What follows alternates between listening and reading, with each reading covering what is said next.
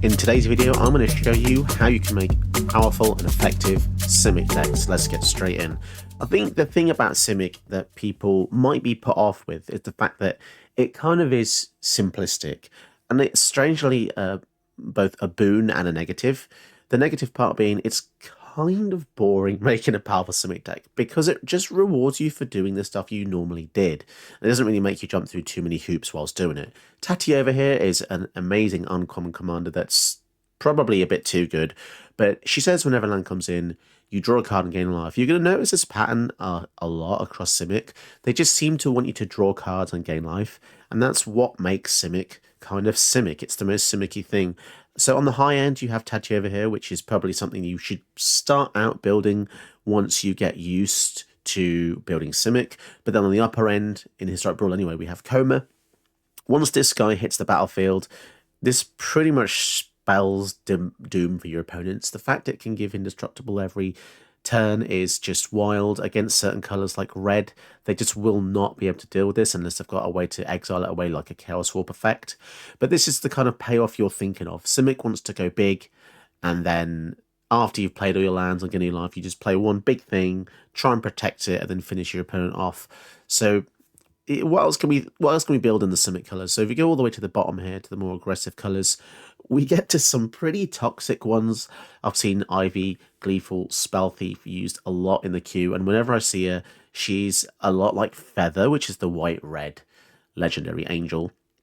With Feather, whenever you target it with a spell, you get it back to your hand, but with Ivy, whenever you target it with a spell, it copies it for each creature you have, which just makes it so aggressive. Any hexproof abilities used on Ivy, it's just going to spread across your team.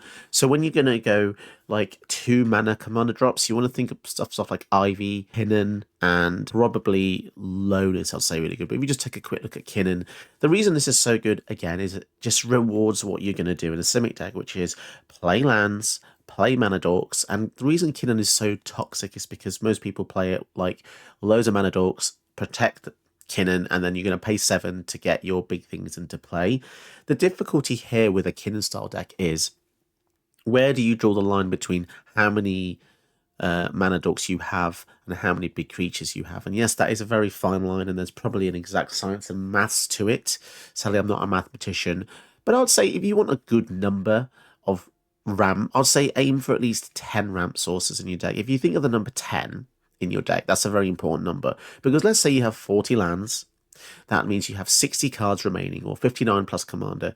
If you have 6 subsections within your deck, you could have 10 for ramp, 10 for draw, 10 for removal, and then there's a few flex slots you can go, like tribal would have a few, but I'll say 10's a good number. And then you could have 10 payoffs for your payoff categories.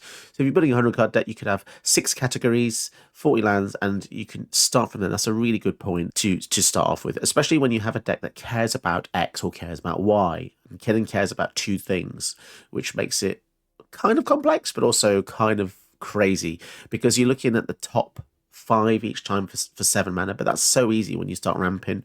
Something else that's Simic does is it loves to scry. So you've got Arwen and Domiel as well, which whenever you scry, put a counter on a creature, and then you can pay 6 to scry 2.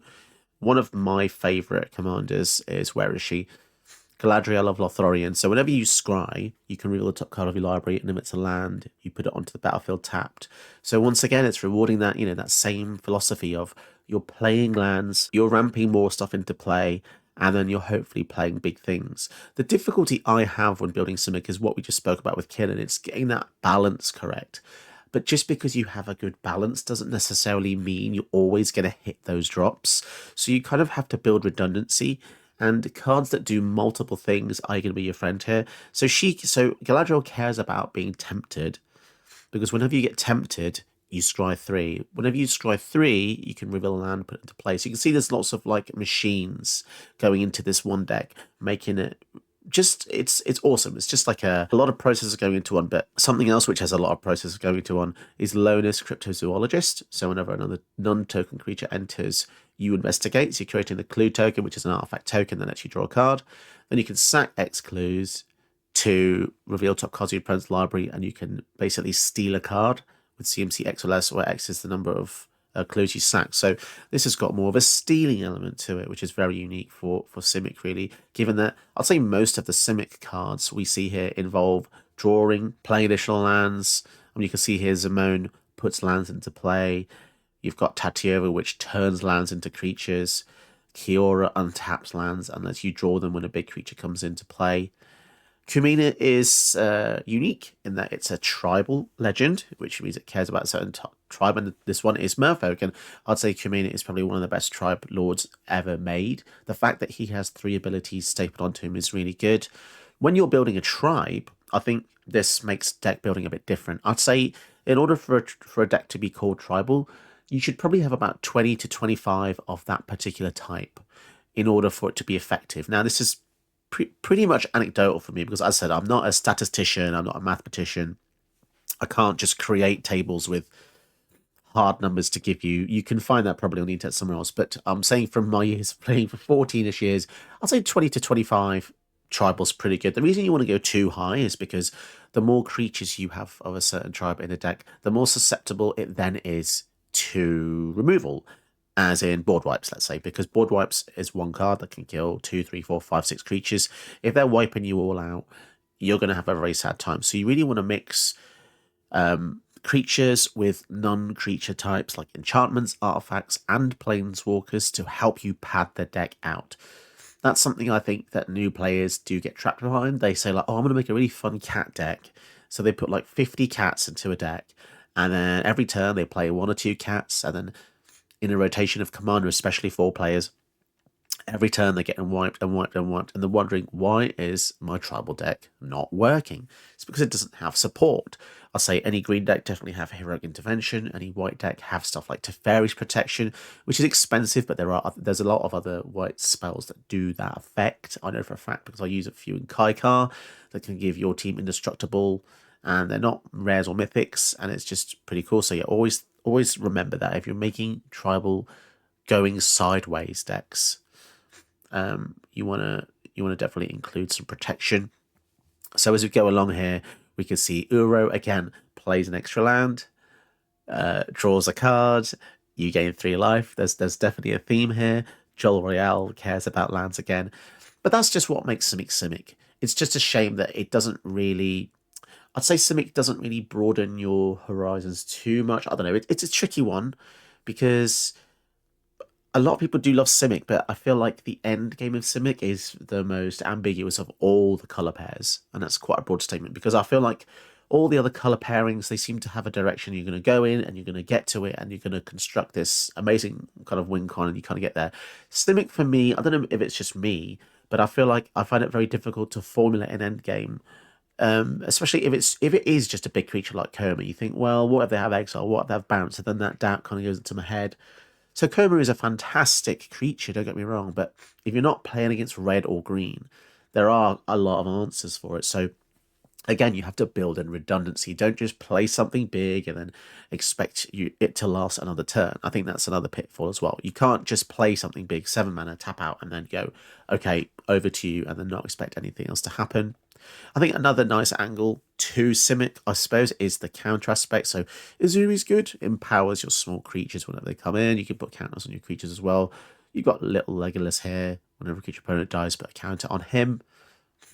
You've got Roalesk, which cares about counters and proliferate. So yeah, now I think about it, there are a few tangents, but these aren't the ones that get played. When you look at the historic Brawl queue, the most persistently used one I face, even though it's an uncommon, is Tatiova. It's just because of the resiliency she has. She just has the fortitude to go so long. And the most common play I see when people play any Simic deck is the fact that you can go Tatiova turn 6 or early leaving it out, and then a fetch land. Now, as soon as you play a fetch land with Tatiova, you're triggering the initial land play, and then when you fetch the second land, it gives you another. So 1 fetch land equals 2 cards, 2 life is just bonkers. And you can see why she's so popular, because her rate is so incredibly high. And it almost diminishes any other commander that comes after it. You know, this is the issue of power creep, is that once you make the best, nothing else seems quite as good. And it's very difficult for Wizards to sell new products unless they make more broken cards, because I I swear, sometimes they make a card and they think, how are we going to best this? You know, like if you look at Oko, Thief of Crowns, this guy is banned in so many formats. Like, look on the, just look how many formats he's banned. It tells you on the right: Historic Explorer, Traditional, Historic Explorer, and Brawl, and Standard at the time. And Commander is pretty much the only format he's like legal, and you know, paper 4-player Commander, because he's just so just insane. 3 mana, 6 loyalty. I think that's the highest rate they've ever made. But yeah, you get the point. Power creep. Sorry, that's a bit of a tangent. But yeah, Simic is it's strange. It's probably the most difficult video I'll make in this series, because as I said, there's so many directions to go in, but all of them kind of want you to just play lands, extra lands, and draw extra cards. So yeah, the way to support, let's look at some cards that aren't legends. Let's just look at some of the mythics and rares that you could put in Simic that will just kind of shape you going forward. I'm going to try and look at true Simic, not anything with 3 or more colors. I think double mages are a really cool card to essentially get. You can get 2 commanders with this. The way this works is very interesting. It has to be, because it says copy creature spell, it means that it's on the stack. You can't target your creature once it hits the battlefield. So you have to cast your commander, hold priority, and then use double major. That's another angle that Simic players can go into, copying things. Obviously, this is nice because it gets with the legendary rule. Copy target creature spell you control, except it isn't legendary if it's legendary. So yeah, you can get 2 commanders with this. It's pretty special and unique stuff to be able to do. So what else can Simic do that other colours can't? Well, they're the fastest rampers in the entire game, I'd say. Growth Spiral, this card was used in every single format it was legal in. Drawing a card, putting a land into play. This isn't unique to Simic, but it's just another tool for the Simic toolbox. There's a lot of mono green effects that already do that. Cloning again, Simic Ascendancy cares about counters. This already has a win con built into it. You know, you're putting loads of counters on all your creatures, and if you I put 20 counters on this, then you win the game. You know, it's just a way to just hit another tangent, because as I said earlier, Simic finds it difficult to just win until it's drawn all its cards. So I think something else you'll also see in Simic builds a lot is Scoot Swarm.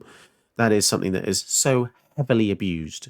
Everybody uses Scoot Swarm, even in decks that probably don't or shouldn't have it, because it's just an easy win con, and it can get a bit sickening sometimes. But yeah, what else can we see? So a lot of proliferation stuff. Again, there's a lot of legends. I'm trying to find cards that aren't just legends that are dual color. Sagu Maul is an interesting one. I don't think it really has enough. It doesn't have too much support. Although saying that, we just went back to Ravnica and had the morph, the new morph. So maybe there is, but yeah, I don't know. Saga Model used to be something that I used to love playing, because that's the most. This is one of the most Yu-Gi-Oh cards I can think of, and by that I mean it's like a trap card built into a creature. So you'd attack with a 2/2, your opponent would block, and then you go surprise, mother, and then flip it for 5 mana. Suddenly it's a trample hexproof, and they can't target it either, and nor could they respond to it anyway, because morph is a special action. Body of research. This is pretty interesting. I mean, I'm pretty sure there was a standard deck with this that won as well. Just creates humongous fractals. But yeah, you're going to want to ram a lot of green and blue into that one. Altered Ego creates clones again. Having looked at all the arsenal available for Simic in this game, yeah, I think the most effective ones you'll see are ones that just care about ramping hard. So Kinnan, Tatiova, Benthic Druid. So yeah, I mean, I hope that's a bit of a bit of an info dump for building Simic decks. But I'd say if you needed help, lacking any direction for Simic, I would just recommend building a Tatiova deck as your starter deck. You'll find that it unveils a lot about the way Simic needs to be built, and from there you can kind of gear your experience to how you want to play going forward. So although she's super powerful and maybe a little bit toxic just because of the contents of it, I'd recommend giving Tatiova a go. It's an uncommon, everyone can unlock her, and then just going on from there, see how you do. So, until next time, guys, catch you later. Did you know that you can help my channel by watching another one of my videos? Go ahead, you know you want to.